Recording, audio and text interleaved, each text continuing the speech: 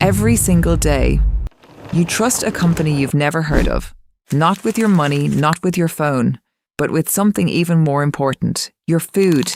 Every morning, millions of people walk into supermarkets believing the shelves are always full.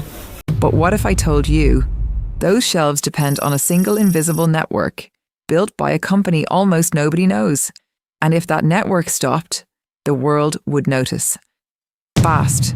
Every year, billions of tons of wheat, corn, soybeans, and other crops travel across oceans.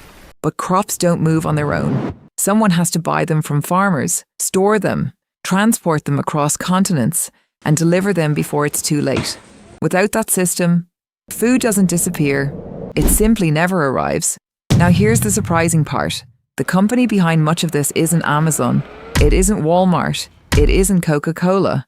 In fact, most people have never even heard its name. That company is Cargill. While companies fight to become famous, Cargill did the exact opposite. It stayed invisible. Instead of selling products to you, it sells ingredients to the companies that do. The bread you eat, the chicken you buy, the cooking oil in your kitchen, the cereal on your breakfast table. There's a good chance Cargill was involved somewhere along the journey. And that's what makes it so powerful.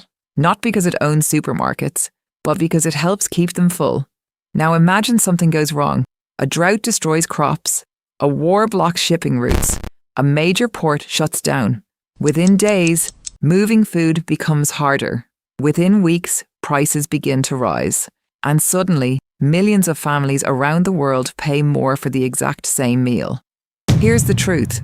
The world's biggest food problem isn't always growing enough food. It's making sure food reaches the right place, at the right time.